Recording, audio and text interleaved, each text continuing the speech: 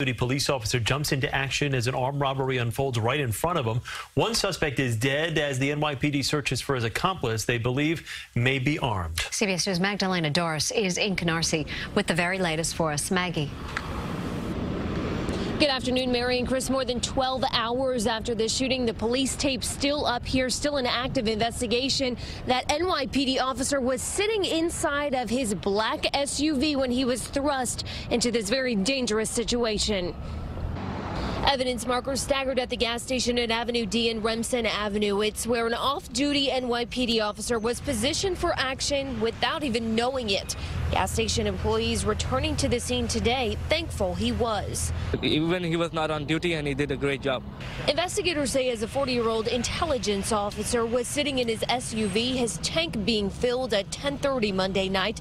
Two armed men approached, one holding up the clerk at the register, another acting as a lookout, pointing a gun at the attendant pumping gas and the officer.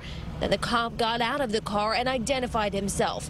Chief of Patrol Rodney Harrison. The two suspects turned around towards the officer with the guns in their hands.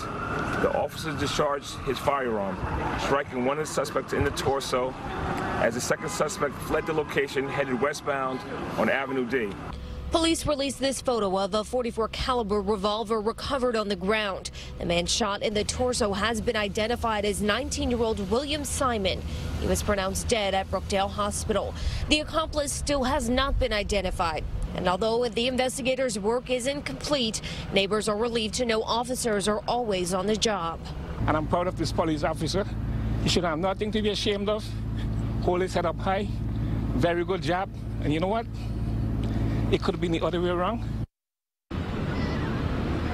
The 40-year-old NYPD officer was taken to Kings County Hospital for an evaluation. He will be okay, as will those two gas station attendants. Again, at this hour, police still looking for that second suspect that they believe may be armed. Live in Canarsie, Magdalena Doris, CBS 2 News.